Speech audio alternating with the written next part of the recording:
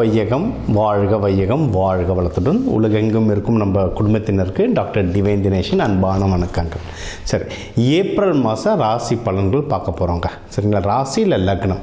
Okay, லக்னத்தை வச்சு பாருங்கள், ஒன்று ஈஸி. இப்போ லக்னம்னா உங்கள் கட்டத்தில் லா எங்கே போட்டிருக்குன்னு பாருங்கள், அதுதான் லக்னம். அது ஒன்றும் பர்ஃபெக்டாக வேலை செய்யும். அதை வச்சு பார்க்கும்போது ஒன்றும் பர்ஃபெக்டாக வேலை செய்யும். சரி, இந்த ஏப்ரல் மாதம் என்னென்ன சிறப்பு? ஏப்ரல் தான் தமிழர்களுக்கான மந்த்தே. ஏன்னா நம்ம தமிழ் புத்தாண்டு ஏப்ரல் 16. நம்மளுக்கு வந்து இந்த சித்திரை அப்படின்றது தான் ஒரு புத்தாண்டாகவே ஆரம்பிக்கிறது. ஸோ ஏப்ரல் புனிதமான மாதம் நம்மளுக்கு ஒன்று. இன்னொன்று சித்ரா பௌர்ணமி வருது. சித்திரகுப்தர் சித்தர்களுடைய நிறைய ஆசீர்வாதம் வாங்கணுன்னா சித்ரா பௌர்ணமி. சித்திரை திருவிழா, மதுரை குலுங்கன்ற மாதிரி ஃபுல் சித்திரை திருவிழா வருது. ஸோ இந்த ஏப்ரல் மாதம் வந்து ஒரு புனிதமான மாதம். ஓகேங்களா?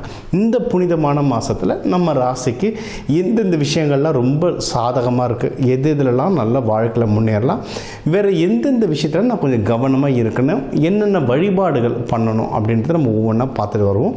இது கூடவே இந்த பண்டிகைகள், இந்த முக்கியமான நாட்கள், இந்த பௌர்ணமி, அமாவாசை இதையும் கலந்து சொல்கிறேன். அதுக்கேற்ற வழிபாடுகள் பண்ணிட்டு வர இந்த ஏப்ரல் மாதம் நம்மளுக்கு ஒரு சிறப்பான மாதமாக அமையும். துலாம் ராசி, துலாம் லக்னக்காரங்களுக்கு எப்படி இருக்குது? குரு உங்களை 5ஆம் பார்வையாக பார்த்துட்ருக்காருங்க. அதனால் டைம்லாம் வந்து ரொம்ப சூப்பராக இருக்குது. சரிங்களா? டைம் ரொம்ப நல்லா இருக்குது. நீங்கள் வந்து ஏதாவது இன்வெஸ்ட்மெண்ட் பண்ணுறீங்கன்னா தாராளமாக பண்ணுங்கள்.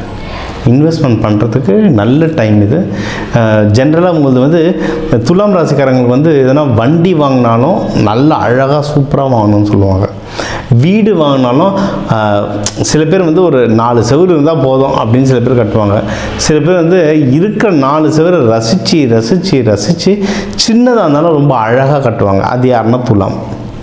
நம்மளுக்கு அந்த சுக்கிரன் வந்து நல்லா தெரியும். எனக்கு தெரிஞ்ச வீட்டில் ஒரு சிங்கிள் பிஹெச்கே தான் கட்டினாங்க. ஆனால் உள்ளே வந்தால் அது ஒரு மாளிகை மாதிரி அதை உள்ளே பண்ணியிருந்தாங்க. இந்த ஃபால் சீலிங்லாம் போட்டு அதெல்லாம் என்னென்னா அவங்க வீட்டில் வந்து துலாம் ராசிக்காரங்க அவங்க சுக்கிரன் வந்து செம ஸ்ட்ராங்காக இருக்கும். சரிங்களா? அந்த மாதிரி நீங்கள் ரசித்து பண்ணலாம். வீடு கட்டும் போது யார்கிட்ட பணம் கொடுக்குறோம், யார்கிட்ட பணம் வாங்குகிறோம், அதை கொஞ்சம் தெளிவாக பார்த்துக்கோங்க. ஏன்னா இன்வெஸ்ட்மெண்ட் நீங்கள் பண்ணும்போது தேவையில்லாத சில குழப்பங்கள் வர சான்சஸ் இருக்குது. ஏன்னா இல்லை ராகு இருக்குது, சனி பகவானுடைய தாக்கம் இருக்கிறதுனால சில குழப்பங்கள் வர சான்சஸ் இருக்குது. அதனால் அதை மட்டும் பார்த்துக்கிட்டிங்கன்னா இன்வெஸ்ட்மெண்ட்டான அமைப்பு வந்து உங்களுக்கு சூப்பராக அமையும். இது இன்னொன்று, இப்போ இந்த இன்வெஸ்ட்மெண்ட்டுக்கே நீங்கள் எதாவது முயற்சி பண்ணுறீங்க, அந்த முயற்சி உங்களுக்கு பயங்கரமாக, அதாவது முயற்சி திருவினையாக்கணும். உங்களுக்கு தான் அது முயற்சி வந்து சூப்பராக வேலை செய்யும். நீங்கள் இப்போ ஒரு வீடு வாங்கணும்னு தேடி போகிறீங்கன்னா அது சம்மந்தமாக நிறைய பேர் உங்கள்கிட்ட ஏதாவது அங்கே ஒன்று இருக்குது, இங்கே ஒன்று இருக்குது பாரு, இங்கே ஒரு ஆஃபர் வந்துருக்கு பாருன்னு சொல்லிக்கிட்டே இருப்பாங்க. நீங்கள் வண்டி வாங்குறீங்கன்னா ஃப்ரெண்ட்ஸ் யாருன்னா வந்துட்டு இங்கே தான் நான் ஒரு வண்டி வாங்கினா சூப்பராக இருக்கலாம், தெரிஞ்ச அண்ணன் ஆஃபர் போய்ட்டு ஏதாவது ஒரு ரெஃபரன்ஸ் வரும், ட்ரை பண்ணி பாருங்கள்.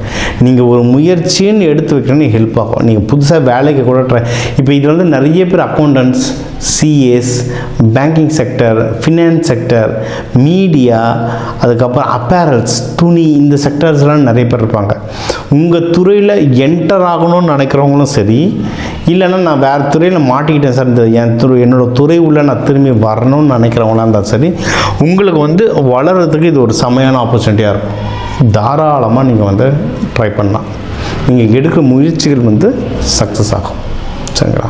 இது அது முக்கியமாக உங்களுடைய ஜூனியர்ஸ், இளைய சகோதரிகள் இவங்களை நீங்கள் அப்ரோச் பண்ணலாம். இது வந்து உங்களுக்கு ஒரு பெரிய லெவலில் கை குடிக்கும். உங்களுடைய வயசில் பெரியவங்களும் உங்கள் சீனியர்ஸ்லாம் அப்ரோச் பண்ணி பாருங்கள். நிறைய இடத்துல வந்து சீனியர்ஸ்க்கு ஹெல்ப் பண்ணுவாங்க. அவங்க இன்னொரு கம்பெனி ஜம்ப் பண்ணியிருப்பாங்க, அவங்ககிட்ட பேசும்போது அவங்க உங்களை ரெஃபர் பண்ணுவாங்க. அந்த சீனியர்ஸை பிடிங்க. சீனியர்ஸாக சில டீம் உள்ளே இருக்க வரைக்கும் தாங்க மேனேஜர் நம்மளாம் அடிச்சுப்போம். வெளியே போய்ட்டு அவங்களும் ஜாலி ஆகிடுவாங்க. எல்லா மனுஷனும் தானே. அவங்ககிட்ட ரெஃபரன்ஸ் கேளுங்க, அதுவும் கிடைக்கும். நல்ல மேனேஜராக இருந்தால் கேளுங்க, இல்லைனா திருப்பி போய் அவங்ககிட்ட மாட்டிக்க வேணாம். ஸோ அது வந்து ட்ரை பண்ணி பாருங்கள். இன்னொன்று, பணம் நல்லா கையில் நிற்கும். உங்களுக்கு வந்து எப்படின்னா பணம் கையில் நல்லா வரும், கூட நல்ல செலவு வரும். ஏன்னா 12 சனி இருக்கார், 2ல் குரு உள்ளே வந்துடுவார். உங்களுக்கு சீக்கிரம் இப்போ குரு உள்ளே வந்துடுவார். அதனால் உங்களுக்கு வந்து பணம் நல்லா கையில் காசு வரும், கூட செலவு வந்துக்கிட்டே இருக்கும். பரவாயில்லைங்க, செலவே வராமல் அந்த பணமே வராமல் செலவு வந்தால் தான் கஷ்டம். பணம் வரதில்லை, அதனால் மேனேஜ் பண்ணிக்கலாம், ஒன்றும் பிரச்சனை கிடையாது. ஸோ பணம் நல்லா வரும். குடும்பத்தில் வந்து ஒரு நல்ல ஹாப்பினஸ் இருக்கும். நீங்கள் வந்து குடும்பத்தோட வெளியே ட்ராவலிங் தாராளமாக பண்ணலாங்க. குலதெய்வம் கோவில் போயிட்டு வர்றதோ, ஏதாவது ஒரு டூர் போயிட்டு வர்றதோ. துலாம் வந்து டூர் போகிறதுக்கு ரொம்ப ஆசைப்படும் துலாம். டூர் தாராளமாக நீங்கள் போயிட்டு வரலாம். நல்ல வசதி வாய்ப்புகள் இருந்தால் வெளிநாடு டூரும் நீங்கள் போயிட்டு வரலாம், தாராளமாக போயிட்டு வரலாம். அதுவும் முக்கியமாக நீங்கள் இப்போ வந்து ஏதாவது ஒரு கல்ஃப் முஸ்லீம் கண்ட்ரிக்கு போகிற வாய்ப்புகள்லாம் கிடைக்கும், துபாய் அந்த மாதிரி. ஆனால் இப்போ இருக்கிற காலகட்ட சூழ்நிலைகளை செக் பண்ணிக்கோங்க. நிறைய பிரச்சனைகள் போயிட்டுருக்கு.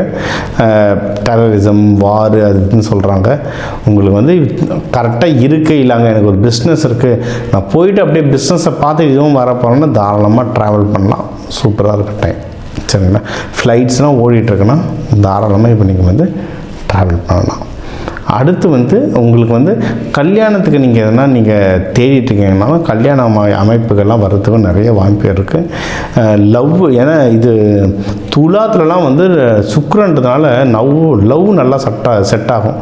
யாராவது இருக்காங்க மனசில், வீட்டில் பேசி ரெடி பண்ணணும்னா தாராளமாக நீங்கள் வந்து அதையும் ட்ரை பண்ணலாம். வீட்டில் பேசும்போது மட்டும் பார்த்து பேசுங்க. சரிங்களா?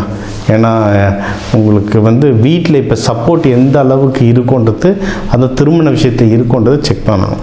ஓகேங்களா? அதனால் கரெக்டான ஆளுங்க நீங்கள் பேசினா சொதப்போன்னு உங்களுக்கு தோணுச்சுன்னா, வீட்டுக்கோ இல்லை யார்கிட்ட பேச போகிறீங்களோ அவங்களுக்கும் உங்களுக்கும் நடுவில் யாராவது ஒரு நல்ல காமனான ஒரு நல்ல ஃப்ரெண்டு இருப்பாங்க, அவங்கள வச்சு மூவ் பண்ணி பாருங்கள். வேணும்னா ஜாதகம் கொடுத்தா எந்த மாதிரி பேர் அமைப்புகள்னு பார்த்து சொல்லலாம். இப்போ ஒரு ஜாதகத்தில் வந்து நம்ம எடுத்தோம்னா ஒய்ஃபில் ஹஸ்பண்டு பேர் இப்படி அமையும் அப்படின்னு சொல்லலாம். சில பேர் ஜாதகத்தில், நம்ம நிறைய பேர் ஜாதகத்தில் அப்பா அம்மா பேர் எப்படி இருக்குன்றதை நம்ம பார்த்து சொல்லுவோம். அதே மாதிரி உங்களுக்கு ஒரு பிரச்சனை வருதுன்னா அந்த பிரச்சனைக்கு ஹெல்ப் பண்ணுறவங்க வந்து எந்த பேர் அமைப்பில் இருப்பாங்கன்றதை நம்ம பார்த்து சொல்லலாம். அந்த அமைப்பில் இருக்கவங்களை பிடிச்சிங்கன்னா அதுவும் உங்களுக்கு ஹெல்ப் பண்ணுறதுக்கு நிறைய வாய்ப்புகள் இருக்குது. ஓகே, அடுத்து வந்து தொழில் முன்னேற்றத்துக்கும் எக்கச்சக்கமாக வாய்ப்பு இருக்குது. நீங்கள் வந்து தாராளமாக தொழில் நல்லா வளரும். ப்ராஃபிட்டை தான் ஜாக்கிரதையாக இருக்கணும். சரிங்களா? இப்போ நிறைய ஸ்டார்ட் அப் கம்பெனிஸ்லாம் பார்த்திங்கன்னா 1000 கோடி 2000 கோடின்னுவாங்க. என்ன ப்ராஃபிட்டுன்னு பார்த்திங்கன்னா மைனஸில் போய்ட்டுருக்கும். அதெல்லாம் இன்னும் தொழில் வளரும், ப்ராஃபிட் கம்மியாக இருக்கும். சரி, அந்த நிலமையில் தான் இருப்பீங்க. பரவாயில்ல, இதை வந்து உங்களுக்கு சாதகமாக மாற்றுங்க.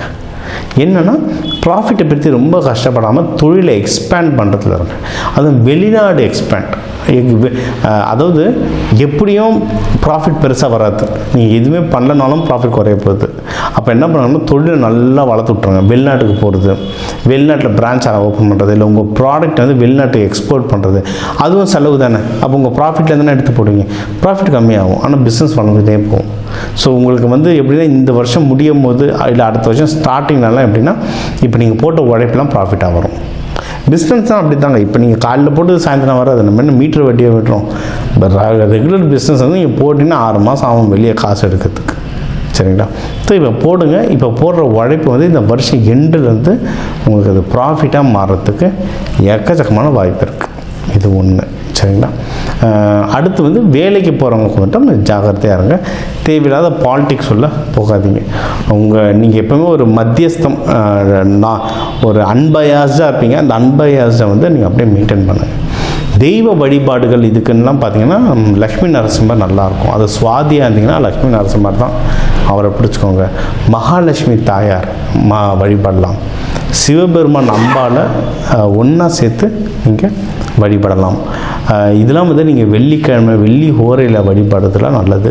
பால் அபிஷேகம், பன்னீர் அபிஷேகம் கடவுளுக்கு பண்ணலாம். வர மக்களுக்கு பால் அன்னதானமாக கொடுத்துட்டு வர இந்த ஏப்ரல் மாதம் உங்களுக்கு ஒரு சிறப்பான மாதமாக அமையும்.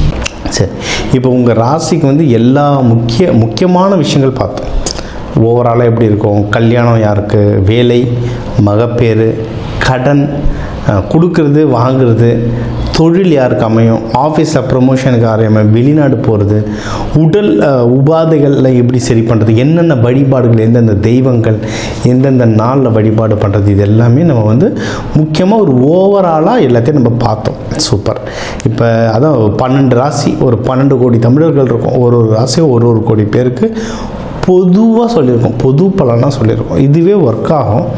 ஒன்றும் ஸ்பெசிஃபிக்காக இல்லை, எனக்கு இது பத்தலை, எனக்கு ஒன்றும் கிளாரிட்டி வேணும், இல்லை நீங்கள் சொல்கிறது சிலது எனக்கு நடக்கலை அப்படின்னா நீங்கள் வந்து உங்கள் ஜாதகத்தை வச்சு தான் பார்க்கணும். சரிங்களா? ஒன்று உங்கள் ஏன்னா தனிப்பட்ட ஜாதகத்தை வச்சு கிரக நிலைகள் மாறும்ல, அப்போது அதை வச்சு தனிப்பட்ட ஜாதகம் வச்சு பார்க்கலாம். இது ஒன்று. இன்னொன்றுங்க, ஜாதகம்ன்றது ப்ரெடிக்ஷன். இது நடக்கும், இதெல்லாம் நடக்க வாய்ப்புகள் இருக்குன்ற ஒரு கால்குலேஷன், இதுதான். ஓகேவா? இதை தாண்டி நமக்கு இந்த இந்த கிரகங்களோட எப்படி நம்ம ஒரு அலைன்மெண்ட்டுன்னு சொல்லுவாங்க, அவங்களுடைய வேவ் லென்த்தில் நம்ம அலைன்மெண்ட் ஆகிட்டோம்ல, அவங்க போக்குலேயே நம்ம போயிடணும்னா ஜெயிச்சிடலாம். இப்போ சனி பயிற்சி நடக்குதுன்னா அப்போ அந்த சனி தாக்கம் குறைக்கிறதுக்கு என்னென்ன, இப்போ நான் தெய்வ வழிபாடுகளாக சொல்லியிருக்கேன். ஆனால் இதை தாண்டி நிறைய இருக்குது. விதைகள், கலர் தெரப்பி, அரோமா தெரப்பி, நறுமணங்களை வச்சு அவ்வளோ விஷயம் நம்ம சாதிக்கலாம். அதனால தான் கோவிலில் சாமிக்கெலாம் பூலாம் கொடுக்குறோம்லாம், நறுமணத்துக்கு எது கொடுக்குறோம்? ரொம்ப பெரிய பெரிய ஆளுங்க பார்த்தா நிறைய இந்த எசென்ஷியல் ஆயில்னு தருவாங்க, அரோமா தெரப்பின்னவங்க. நறுமணங்களை வச்சு நிறைய மேஜிக் பண்ணலாம். விதைகள், கோவிலில் ஒரு சாமியை பிராண பிரதிஷ்டைன்னு சொல்லுவோம். அந்த சாமியை பிரதிஷ்டை பண்ணி கீழே நவதானியம் கொட்டுவோம். எதுக்கு நவதானியம்? அந்த நவகிரகங்களுடைய சக்தியும் உள்ளே இறங்கும். அப்போ அதை நமக்குள்ளே எப்படி கொண்டு வரது? விதைகள் மூலமாக பயிற்சிகள். கலர், ஒரு கலர் ஒரு கிரகம், எந்த கலரை போட்டால் இப்போ என் கிரகத்துக்கு எது வேலை செய்யும், இந்த மாதிரி விஷயங்களை நிறைய பயிற்சிகளாக சொல்லித்தரேன். எக்கச்சக்க பயிற்சிகளாக சொல்லிட்டோம். அதாவது ஒரு ஜோதிடத்தை நான் கேட்டேன், அவர் கல்யாணம் நடக்கும்னாரு, அவர் சொன்னதுனால நடக்கும்னா அப்படிலாம் நடக்காது. அதுக்கான சாத்தியக்கூறு இருக்குது, அதுக்கான முயற்சி எடுக்கணும். முயற்சி கூட அது நடத்துறதுக்கான சில சப்போர்ட்ஸ் நம்ம எடுத்துக்கணும். இந்த பயிற்சிகள் பண்ணணும், இந்த கோவில்கள் பண்ணணும். கோவில் சாமி ஒன்று கூட ஒன்றும் சில பயிற்சிகள்லாம் சொல்லுவோம். அதெல்லாம் பண்ண ஒரு இடம் ஏன்னா ஒரு கிரகத்துக்கே எனக்கு சொல்கிறதுக்கு மணிக்கணக்கில் ஆகும். அதனால் எல்லாமே இந்த 8-10 நிமிஷத்துக்குள்ளே அடக்க முடியாது. வேணுன்றவங்க என் நம்பரை கால் பண்ணி உங்களுக்கு கன்சல்டேஷன் எடுத்துக்கோங்க. உங்களுக்கு ஒன்றும் குறிப்பிட்டு சில வழிமுறைகள் சொல்கிறேன், ஒன்றும் குறிப்பிட்ட அட்வான்ஸாக தெய்வ வழிபாடுகள், கையில் என்னென்ன மாதிரி தானியங்கள் கையில் வச்சுக்கலாம், வீடு எந்தெந்த கலரில் இருந்தால் நீங்கள் கேட்குற விஷயங்கள் மாறுன்றதுல வாஸ்து நியூமராலஜிலாம் கலந்து சொல்கிறேன்.